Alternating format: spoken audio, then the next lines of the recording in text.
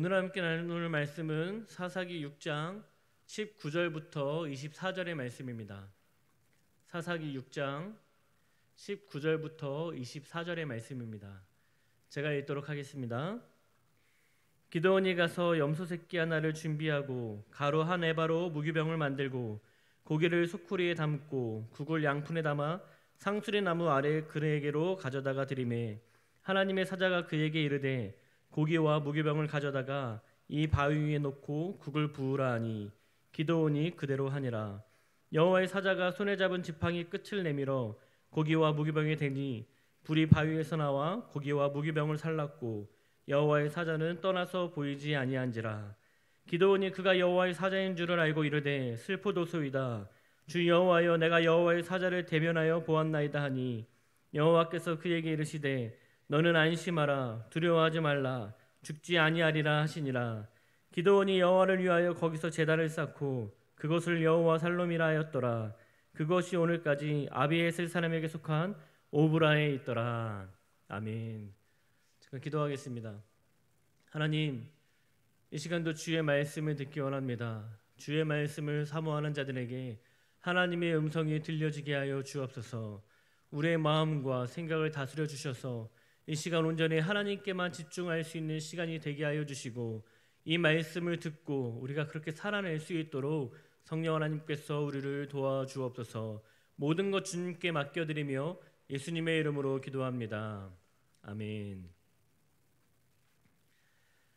현대인은 불안과 또한 공포 속에서 살아가고 있습니다. 그렇기 때문에 이 시대를 살아가는 현대인들에게 불안함 또는 두려움, 이 단어와 떨어져서 살고 있는 모습을 볼 수가 없습니다. 혹시 여러분 중에는 나는 아무 걱정 없이 살고 있습니다 라고 하실 수 있는 분이 과연 몇 분이 되실까요? 저는 볼 수 없지만 혹시 나는 아무 문제 없이 아무 두려움과 불안 없이 살고 있습니다 하시는 분은 한번 그 자리에서 손을 이렇게 들어주시기를 바랍니다. 아마 수많은 이유로 그것이 다른 사람들이 보기에도 참 저 사람 힘들겠다, 참 무섭겠다, 불안하겠다, 걱정이 되겠다 인정되는 것도 있을 테고, 또 어떤 사람들이 보기에는 저 정도 가지고 두려울 만한 문제가 아닌 것 같은데, 저 정도는 걱정할 만한 문제가 아닌 것 같은데 라고 생각할 그러한 문제들도 있습니다.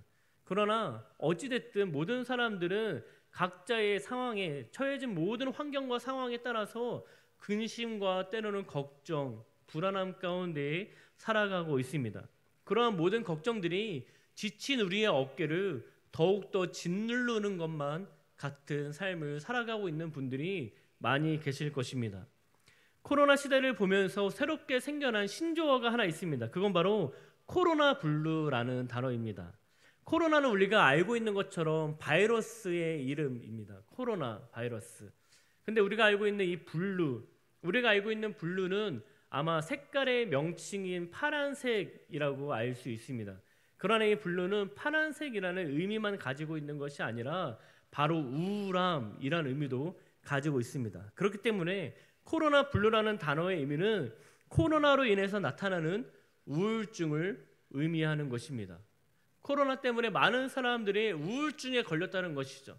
사람들을 만나지 못하고 밖에 나가지 못하고 안에만 갇혀 있고 내가 하고 싶은 것을 자유롭게 할 수 없고 얽매인 삶을 살다 보니까 많은 사람들이 우울증에 걸렸다는 것입니다. 많은 사람들이 혹시 나도 코로나에 걸리지 않을까 이러한 불안한 마음과 두려운 마음을 가지고 살아가고 있습니다. 물론 그렇지 않은 사람들도 있습니다. 특별히 또한 우리는 교회를 다니는 사람들이지 않습니까? 특별히 저는 교역자로서 최근에 대학원 동기 형님을 만나면서 그런 이야기를 했습니다. 우리가 걸리면 끝이야. 우리가 걸리면 교회에서 만나는 분들이 얼마나 많은데, 물론 우리가 마스크를 쓰고 있지만 혹여나 누군가에게 전염이 되면 우린 끝이야 라고 이야기를 했습니다. 이처럼 교회를 다니는 우리들에게 혹시 내가 코로나가 우리 교회 첫 번째로 걸리면 어떡하지? 혹시 내가 전염을 시키면 어떡하지? 라는 두려움이 굉장히 많이 있습니다. 이제는 어르신들과 또 특수 환경 속에서 종사하고 계시는 분들은 백신을 이제는 맞았습니다. 앞으로도 계속해서 백신을 접종해 나가겠지만 코로나 바이러스에 걸리지 않는다고 해서 그 문제가 완전히 해결되는 것은 아닙니다. 또 자영업을 하시는 분들이 계시죠. 또한 사업을 하고 계시는 분들이 계십니다. 코로나로 인해서 여러 가지 문제와 또한 팬데믹 속에서 경제적인 어려움, 특별히 이거는 직접적이고 굉장히 실질적인 현실적인 문제 앞에 직면하여서 불안과 두려움 가운데 쌓여가고 계시는 분도 계실 수 있습니다. 또한 언론을 통해서 보는 것처럼 백신에 대한 신뢰가 계속해서 하락하면서 백신 맞는 것을 거부하는 사람들이 점점 늘어나고 있습니다. 오히려 백신 맞는 것을 통해서 불안과 공포를 느끼고 있습니다. 비단 우리나라뿐만이 아닙니다. 전 세계적으로 이 코로나 팬데믹이 계속해서 진행되면서 많은 사람들이 두려움과 공포 속에 살아가고 있습니다. 뉴스에서 요즘에 가장 많이 나오는 나라라고 한다면 아마도 인도일 것입니다. 인도에는 지금 하루에 40만 명의 사람이 확진이 되고 있다라는 것을 뉴스를 통해서 계속해서 듣고 있습니다. 여러분, 40만 명이란 사람의 숫자 얼마나 될까요? 이 광주시가 40만 명이 안 되는 것으로 알고 있습니다. 그렇게 따지면 인도의 하루에 이 확진자 수가 이 하루에 광주시만한 이 인구 한 도시가 계속해서 확진자로서 가득 차게 되는 것입니다. 그래서 산소를 구하지 못해서 병원에 가지 못해서 또한 내가 확진에 걸렸는지도 코로나에 걸렸는지도 몰라서 고통스러워하다가 죽어가는 사람들이 인도에 굉장히 많이 있습니다. 또한 죽음 이유는 별반 다르지 않습니다. 내가 앰뷸런스를 원활하게 공급받지 못해서 거기에는 릭샤라고 하는 3륜을 개조한 오토바이가 있는데 그것을 타고 시신을 운반하는 것을 또한 뉴스를 통해서 제가 보았습니다. 화장터는 이미 너무 많은 시신들이 있어서 이 시신을 어떻게 해야 할 수 없는 그런 여러 가지 혼란 속에 있는 것을 또한 보았습니다. 전 세계가 불안과 공포, 근심과 걱정 속에 살아가고 있는 것이죠. 이렇게 살아가는 지금 우리가 바라보아야 할 분은 분명히 평강의 하나님이십니다. 우리는 이렇게 말합니다. 여호와 샬롬. 오늘 본문은 이렇게 불안과 공포, 걱정과 근심 속에 살아가는 우리 모두에게 이 평강의 하나님이 필요함을 말씀하고 있습니다. 특별히 오늘 본문에 나오는 이 기드온이라는 사사에게 하나님의 놀라운 평강이 필요했습니다. 오늘 본문의 배경은 이렇습니다. 6장 1절 말씀을 제가 읽도록 하겠습니다. 이스라엘 자손이 또 여호와의 목전에 악을 행하였으므로 여호와께서 7년 동안 그들의 미디안의 손에 넘겨주시니. 오늘 말씀은 이렇게 말하고 있습니다. 이스라엘 백성들이 하나님 앞에 범죄하였다. 그래서 그 결과가 무엇이었습니까? 미디안 손에 7년이라는 시간 동안 하나님께서 이스라엘 백성들을 넘겨주셨다라고 말합니다.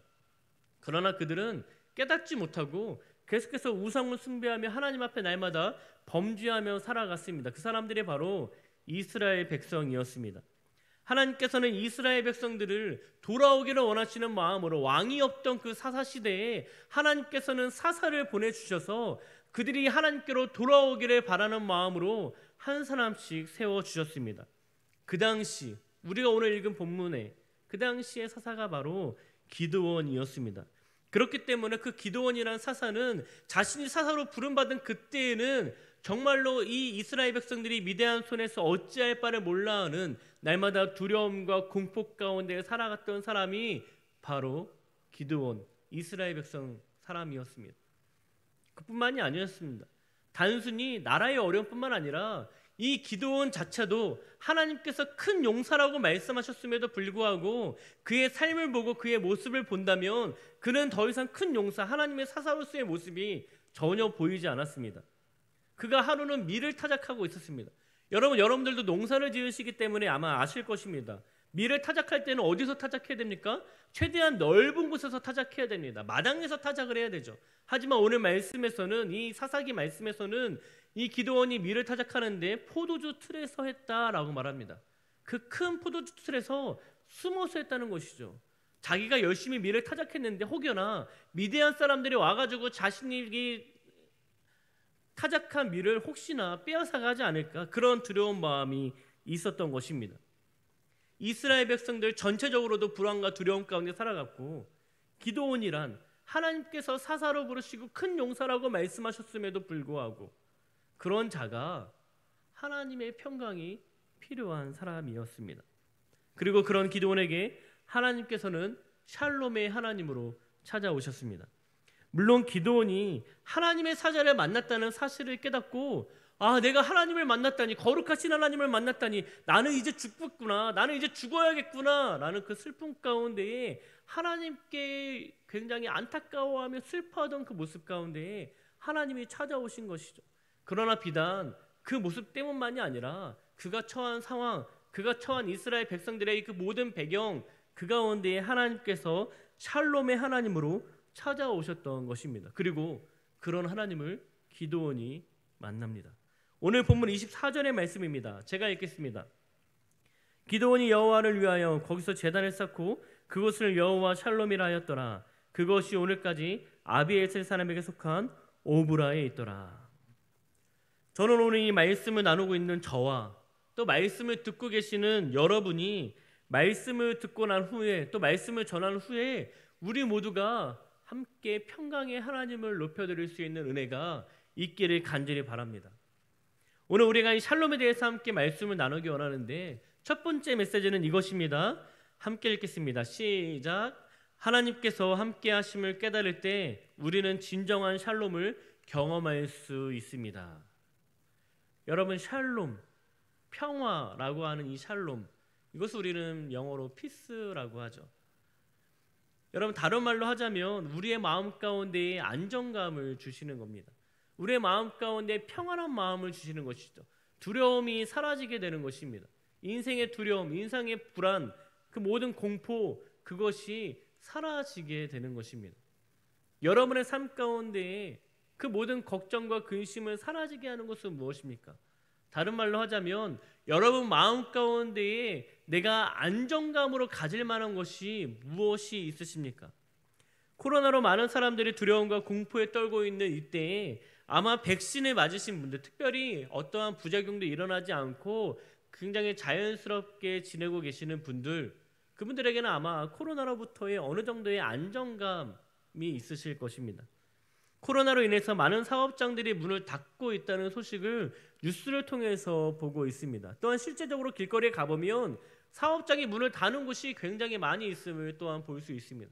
그런데 반대로 너무 감사하게 이 코로나 시대에 오히려 사업장이 더 잘 되고 번성하는 것들 또한 있다고 제가 듣고 있습니다. 혹시 그런 분들은 나의 사업의 안정감이 혹시 나의 마음 가운데에 안정감을 주는 것으로 여기고 계시지는 않습니까? 최근에 한 권사님께서 자녀가 상대적인 이 비교 속에서 굉장히 우울해하며 의기소침해하고 있다는 소식을 들었습니다. 그래서 그 모습을 보는 부모의 마음이 굉장히 아파하시는 것을 보았습니다. 근데 또 한편으로는 자녀의 사업이 너무나 번창하면서 번성하면서 잘 되고 있는 모습을 바라보며 흐뭇해하시는 분 또한 제가 보았습니다. 혹시 여러분이 자녀의 사업의 번창함이, 또 자녀가 건강하게 그냥 아무 문제 없이 잘 지내고 있는 것이 혹시 여러분의 삶에, 여러분의 마음에 안정감으로 여기고 계시지는 않습니까? 아니면 여러분이 가진 권력으로부터, 여러분이 가진 재산으로부터, 또 여러분이 가진 지식으로부터 마음의 평안을 얻고 계시지는 않습니까? 그런데 이런 모든 인간적인 이 요소들이 우리에게 안정감을 줄 수는 있습니다. 그러나 그것이 완전할 수는 없습니다. 왜냐하면 우리가 이 인간적인 요소로 우리의 평안함, 우리의 마음 가운데 평안함, 안정감을 주기 위해서는 우리가 지금까지 언급한 것뿐만 아니라 그 외의 모든 것, 노후 등 또한 인간적인 관계 등 이 모든 것들이 완벽하게 갖춰져야 하기 때문입니다. 그러나 어떤 분은 재선적으로, 경제적으로 어려움이 없을 수 있습니다. 그러나 관계적으로 어려움이 있으신 분이 계시죠. 반대로 관계적인 어려움이 없는 분들이 계십니다. 그러나 경제적인 어려움이 있을 수 있습니다. 이처럼 모든 것을 다 갖춰야지만 내가 여길 봐도 저길 봐도 어느 곳을 보더라도 내 마음 가운데에 안정감을 줄 수 있고 평안함을 줄 수 있는 것, 그것은 모든 것이 완전해야 합니다. 그러나 아마 이런 완전함을 갖춘 분이 단 한 사람도 있을 수가 없습니다. 또한 그것이 있다 할지라도 우리는 금세 사라지고 마는 것이죠. 왜냐하면 우리는 그 모든 것들을 갖출 수가 없기 때문입니다. 오늘 본문에 나오는 기드온은 마음의 평안함을 가질 수 있는 상황이 아니었습니다. 앞서 말씀드린 것처럼 이스라엘 백성들은 미디안으로부터 고통을 당하고 있었습니다. 농사를 짓기만 하면 이 미디안 사람들이 와서 뺏어가는 것입니다. 그리고 그들을 괴롭히는 것입니다. 아프게 하는 것입니다.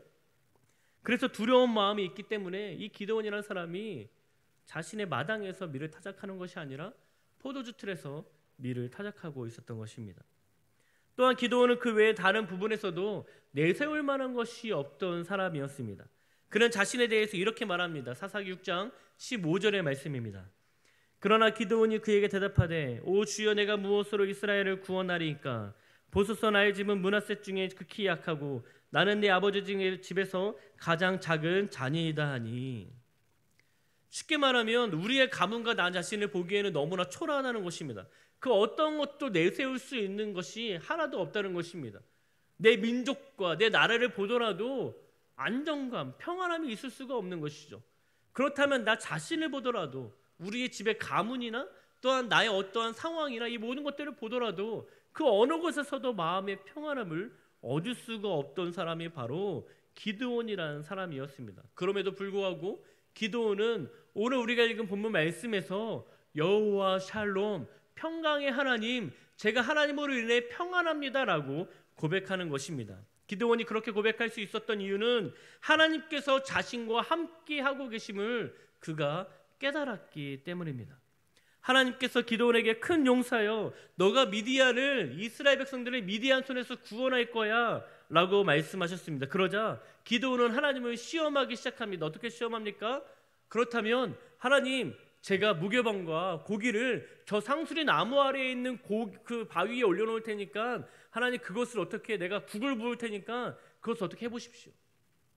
그리고 실제로 자신의 무교병과 또한 고기를 가지고 바위 위에 올려놓습니다. 그리고 그 위에 물을 붓습니다. 그러자 여호와의 사자가 지팡이 끝을 그곳에 대니까 바위에서 불이 나와 그 모든 것을 살랐다라고 오늘 본문은 말하고 있습니다. 이것은 무엇입니까? 기드온이 하나님을 직접적으로 경험한 것입니다. 하나님의 능력을 직접적으로 체험한 것입니다. 그 능력의 하나님이 지금 나와 함께 하신다는 것을 이제서야 깨닫게 된 것입니다. 알게 된 것입니다. 그러자 그 마음 가운데 어떻게 됩니까? 평안함이 임하기 시작합니다. 전능하신 하나님이 나와 함께 하시는구나. 능력의 하나님이 나와 함께 하고 계시는구나. 하나님께서 말씀하시는 이 샬롬, 이 평안은 모든 것이 형통하기 때문에 주어지는 것이 아닙니다. 내가 평안할 수 있는 모든 요소들이 있기 때문에 주어지는 것이 아닙니다. 비록 내가 처한 상황과 환경이 더 이상 내가 어떠한 모든 것이 있다 할지라도 불안과 두려움을 해소할 수 없는 그때에도 하나님께서 함께 하심으로 말미암아 주어지는 평안이라는 것입니다. 그렇기 때문에 다윗은 시편 23편 4절에 이렇게 고백합니다. 내가 사망의 음침한 골짜기로 다닐지라도 해를 두려워하지 않을 것은 주께서 나와 함께 하심이라. 사망의 음침한 골짜기로 다닐지라도 도저히 평안할 수 없는 상황이죠. 내가 죽을 것 같은 정말 사망의 음침한 골짜기, 내가 언제 죽어도 알 수 없을 만한 그런 공포스러운 그때에 평안할 수가 없습니다. 그럼에도 불구하고 해를 당하지 않을 것이라는 그 자유함과 평안함이 다윗에게 있다고 자신은 고백하는 것입니다. 그 근거가 무엇입니까? 주께서 나와 함께 하심이라.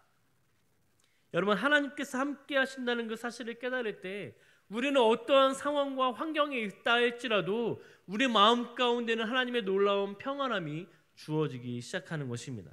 그렇기 때문에 우리는 먼저 하나님이 어떤 분이신지 알아야 합니다.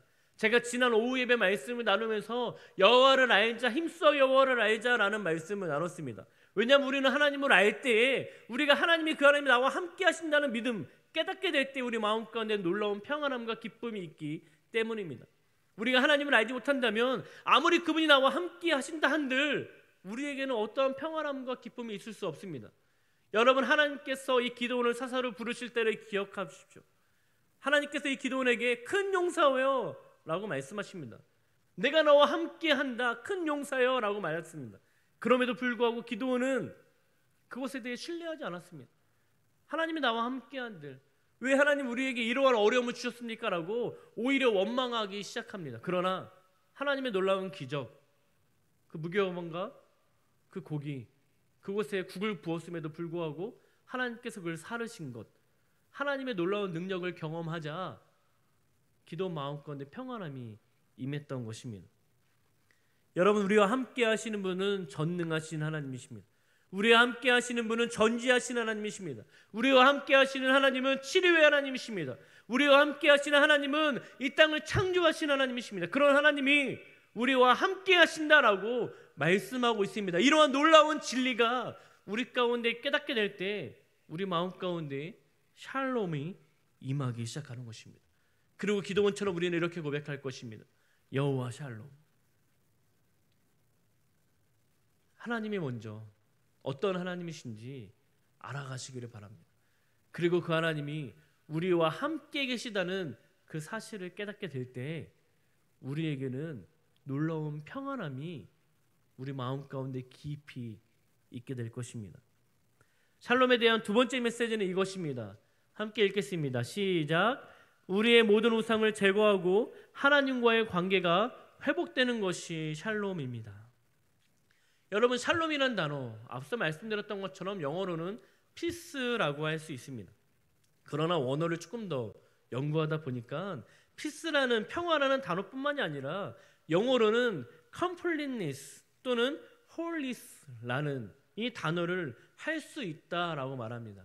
이 completeness라는 단어는 완전함이라는 단어, 의미가 있습니다. 또 wholeness라는 단어는 흠이 없는 이라는 의미를 가지고 있습니다.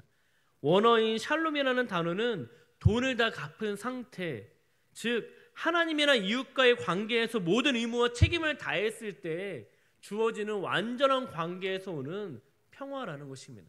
더 이상 거리낌이 없다는 것입니다. 하나님과의 관계에서 내가 더 이상 거리낌이 없을 때, 내가 모든 것을 다 했을 때, 의무와 책임을 다 했을 때 주어지는 그 평화, 또한 이웃과의 관계에서도 내가 돈을 갚을 것이 없고 그에게 눈치 볼 것이 없고 내가 그에게 꾼 것이 없고 아무것도 내 안에 없을 때 그것이 바로 평화라는 것입니다. 여러분, 하나님께서 이스라엘 백성들을 미디안 손에 넘겨주신 이유가 무엇입니까? 우리가 처음에 읽었던 것처럼 그들이 하나님 앞에 범죄하였기 때문이다 라고 말합니다. 우상 숭배를 했던 것이죠. 그러자 하나님과의 관계가 완전히 단절되었습니다. 그러면서 어떻게 되었습니까? 그들의 마음 가운데 평안함이 사라졌습니다. 그들의 범죄함 때문에 미디안 손에 넘겨지게 되었고 계속해서 미디안으로부터 공격을 당하고 어려움을 처하게 되자 그들의 마음 가운데는 모든 평안함이 사라지고 걱정과 근심 가운데 살아가게 되었습니다. 모든 걱정과 근심의 시작은 어디입니까? 범죄함이었다는 것입니다. 오늘 우리가 읽은 본문에서 기드온은 여호와의 사자인 줄 알고 왜 슬퍼했습니까? 거룩하신 하나님을 죄인은 인간이 만났을 때 죽임을 당할 수밖에 없기 때문입니다. 거룩하신 하나님 앞에 섰을 때 우리가 그분을 대면한다면 그 결과는 죽음뿐입니다. 그렇기 때문에 그가 슬프도소이다 라면서 통곡하는 것이죠. 그러자 하나님께서 그에게 찾아오십니다. 안심해라. 이 안심하라 라는 원어도 샬롬입니다. 평안해, 괜찮아, 두려워하지 마. 그리고 하나님께서 그것에서 그친 것이 아닙니다. 하나님께서 그에게 하나님의 모든 우상을 제거하라고 기드온에게 말씀하십니다. 사사기 6장 25절의 말씀입니다. 제가 읽겠습니다. 그날 밤에 여호와께서 기드온에게 이르시되 내 아버지에게 있는 수소 곧 7년 된 둘째 수소를 끌어오고 내 아버지에게 있는 바알의 제단을 헐며 그 곁에 아세라상을 찍고. 무슨 말씀을 하시는 것입니까? 모든 우상을 제거하라는 것입니다. 너희가 모든 범죄한 것들 이제는 그것에 돌이켜서 모든 것을 제거하고 하나님께로 돌아오라 라고 말씀하고 있는 것입니다. 그리고 하나님과의 관계를 회복하라고 말씀하고 있는 것입니다. 너희가 왜 미디안의 손에 넘겨졌는 줄 아냐? 너희가 범죄했기 때문입니다. 그 미디안의 우상들을 너희가 섬겼기 때문이다. 그러니까 이제는 나와 단절된 모든 관계가 회복하기 원한다면 너네는 모든 우상을 다 제거해버리고 다 찍어 살라버리고 이제는 나에게로 돌아와 라고 말씀하시는 것입니다. 그때서야 하나님께서는 진짜 여호와의 샬롬이 임하는 것을 말씀하고 있는 것입니다. 여러분, 우리는 죄인입니다. 하나님과의 관계에서 우리의 의무와 책임을 다 할 수가 없습니다. 왜냐하면 우리는 죄인이기 때문입니다. 하나님과의 모든 아무 흠이 없는 관계로서 우리는 지낼 수가 없습니다. 왜냐하면 우리는 죄인이기 때문입니다. 그러나 놀라운 사실은 그런 우리를 위해서 예수 그리스도께서 이 땅 가운데 오셔서 우리를 위해 십자가에 지시며 죽으셨다는 것입니다. 그래서 우리는 예수 그리스도의 보혈을 의지해서 하나님께 나아갈 담력을 얻고 하나님과의 관계가 회복되었습니다. 그래서 보통 사람들은 이 사건에 대해서 이렇게 말합니다. 하나님과 사람 사이에 갈라진 틈에 예수님께서 쓰셨다. 하나님과 우리 사이에 그 갈라진 틈, 죄로 인해서 벌어진 그 틈 사이에 예수님께서 계셔서 우리는 하나님께로 나아갈 수 있게 되었다는 것입니다. 그분이 계시지 않았다면 우리는 하나님께 나아갈 수가 없습니다. 우리의 모든 책임, 의무 다 할 수가 없습니다. 우리는 그저 예수 그리스도의 보혈로 인해서 우리는 정결케 되고 하나님의 자녀가 되며 하나님께 나아갈 수 있게 되었던 것입니다. 여러분, 하나님께서 허락하시는 진정한 샬롬을 경험하기 원하십니까? 세상이 알 수도 줄 수도 없는 그러한 놀라운 평안함을 여러분 누리기 원하십니까? 여러분이 가지고 있는 우상을 제거하십시오. 여러분의 삶에 하나님보다 더 사랑하는 것은 무엇입니까? 하나님보다 더 의지하는 것은 무엇입니까? 여러분의 마음에 이것만 있으면 내 마음 가운데 좀 평안하고 두려움과 근심이 사라질 거라고 생각하는 그 모든 것들은 무엇입니까? 그것이 다 우상 숭배라고 말씀하고 있습니다. 우리에게 진정한 평안을 주실 수 있는 분은 오직 한 분 하나님이십니다. 우리는 우리의 모든 우상을 제거해야 합니다. 그리고 예수 그리스도의 보혈을 의지해야 합니다. 그때야 우리는 하나님과의 관계가 회복되고 하나님께서 허락하시는 샬롬을 경험할 수 있습니다.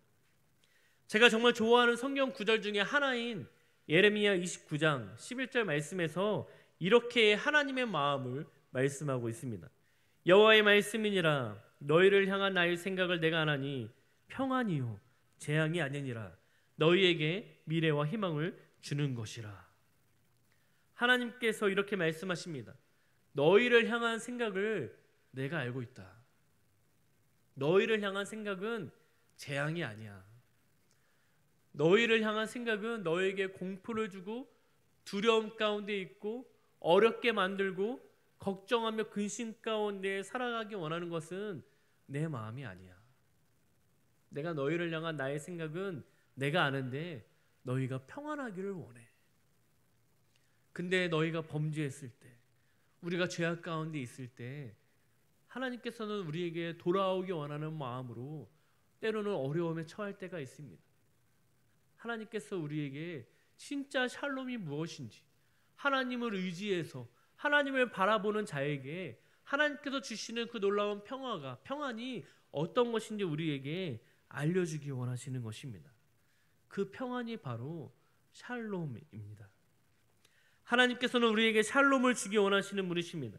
우리가 하나님이 어떠한 분이신지 알게 되고 우리와 함께 하신다는 사실을 깨닫게 될 때 우리는 하나님께서 허락하시는 놀라운 샬롬의 은혜를 경험하게 될 것입니다.